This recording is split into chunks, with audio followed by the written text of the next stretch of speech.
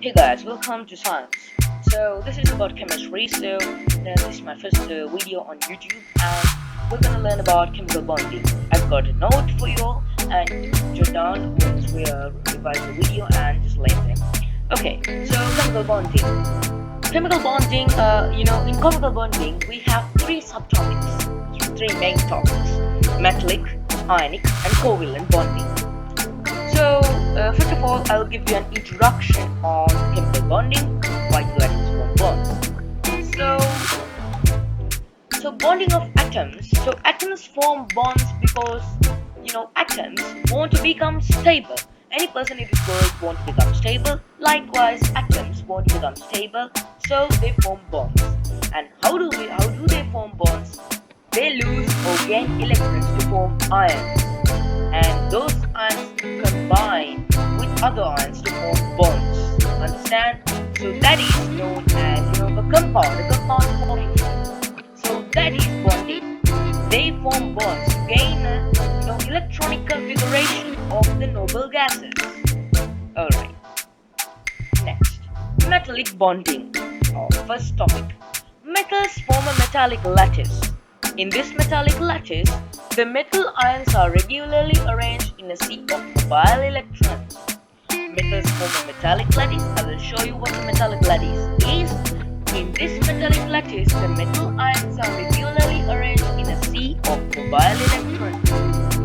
So, sea of mobile electrons means that these metal ions are in layers, and in between them there are delocalized free moving electrons. Now, the definition of metallic bonding for you to write in an exam is this: the strong electrostatic attractions between positive metal ions and negative electrons is known as the metallic bonding.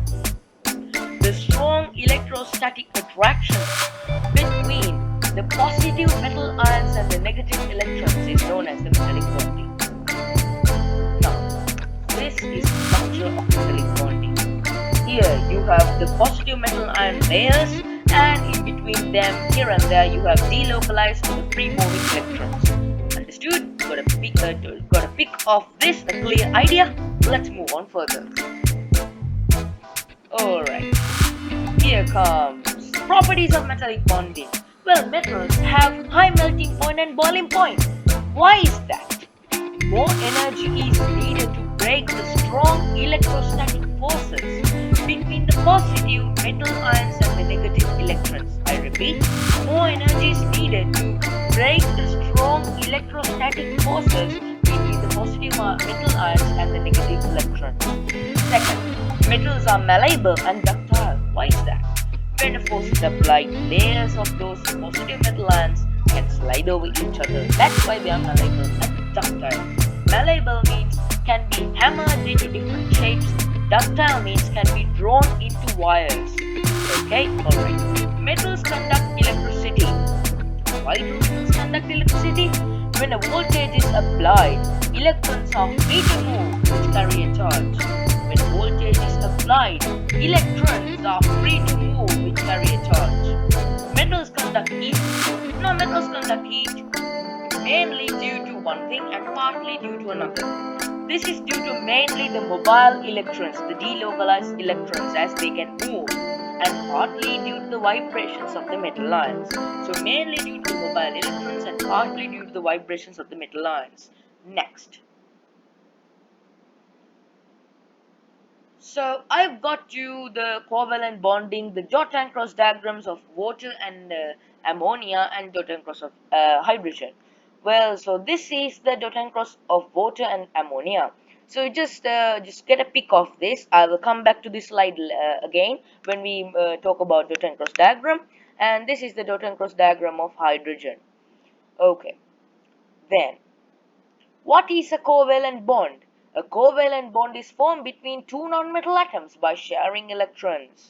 A covalent bond is formed between two nonmetal atoms by sharing electrons. So if they ask you in the exam, you could say the bond which forms when two nonmetal atoms share electrons is known as a covalent bond. A covalent bond is represented by a line. One line represents a shared pair of electrons. You can say like that, so that you are more confident. Okay, next.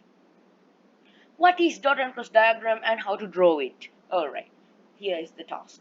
In dot and cross diagram, we should use only the outer shell electrons.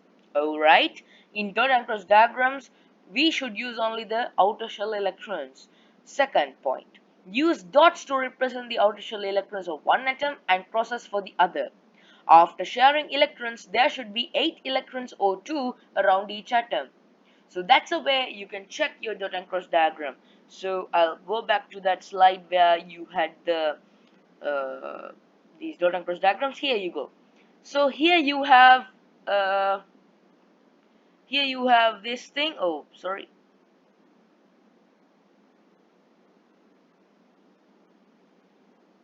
So here you have the water dot and cross diagram. So you could see only the only these outer shell electrons are drawn.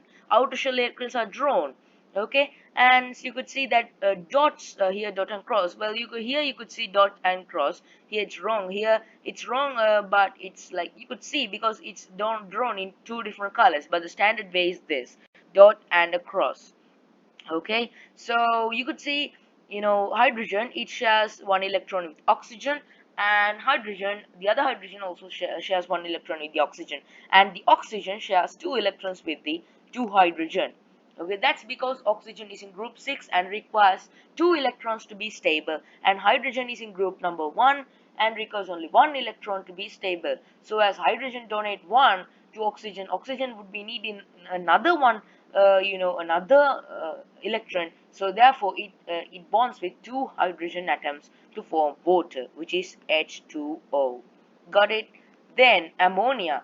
In ammonia you see that also ammonia shares, ammonia is in group number 5, right? Yes, 5.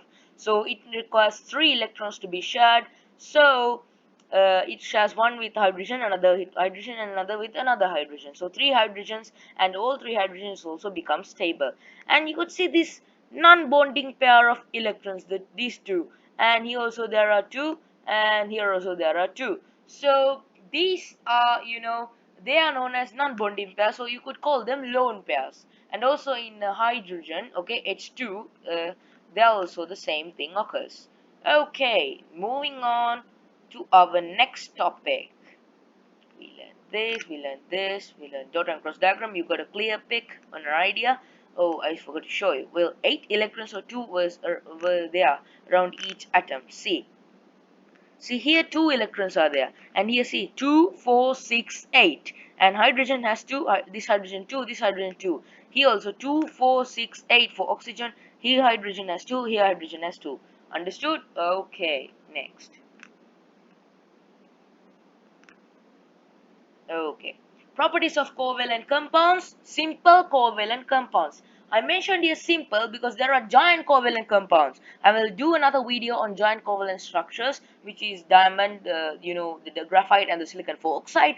Okay, so you could stay with me and watch them also. So, what are the properties of covalent compounds? Simple covalent compounds. Low melting and boiling points. Why? Because the covalent compounds are weak. There are weak forces in these compounds, and they do not conduct electricity. And most of the simple molecular compounds are insoluble in water. Okay, just not conduct electricity because they do not have free electrons, and most of the simple molecular compounds are insoluble in water is a point to remember. Okay, ionic bonding. So this is an introduction in ionic bonding. An ionic bond is formed between a metal and a nonmetal. Now this is the definition. It is the strong electrostatic forces between the positive and the negative ions. This is the explanation. The metal atom give its outer shell electrons, and the nonmetal atoms gain these electrons, and both the metal atom and the nonmetal atom, by forming positive ion and the negative ion, gain a stable outer shell. Understood? And the first point is an introduction, second is the definition of ionic bonding, and the third point is the explanation for the definition. Got it? All right. Next, properties of ionic compounds. High melting points and boiling points. Why is that? There are strong attractions between positive and negative ions, so more energy is needed to break these attractions. What were those attractions known?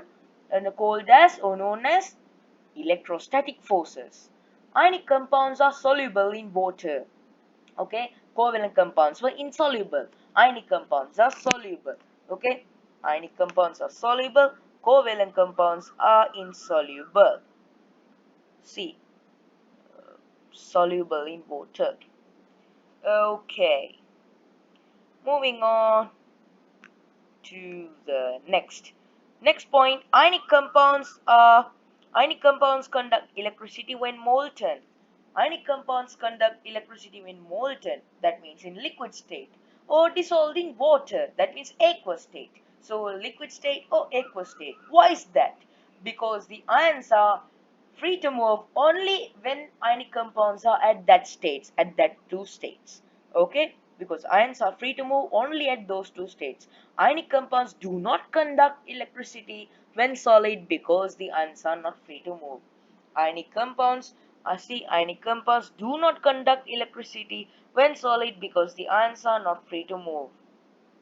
Ionic compounds, I repeat, ionic compounds do not conduct electricity when solid because ions are not free to move, not free to move.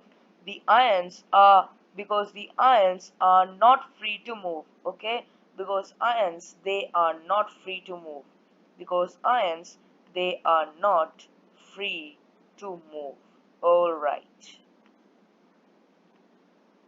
Next. So that's the end.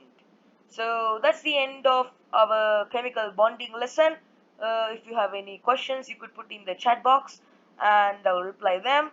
So I'll bring you with many videos and about those giant covalent structures as I promised, and also some other biology and physics and some other chemistry lessons too regarding Cambridge. So subscribe for more videos, and goodbye. Thanks for watching. Have a nice day.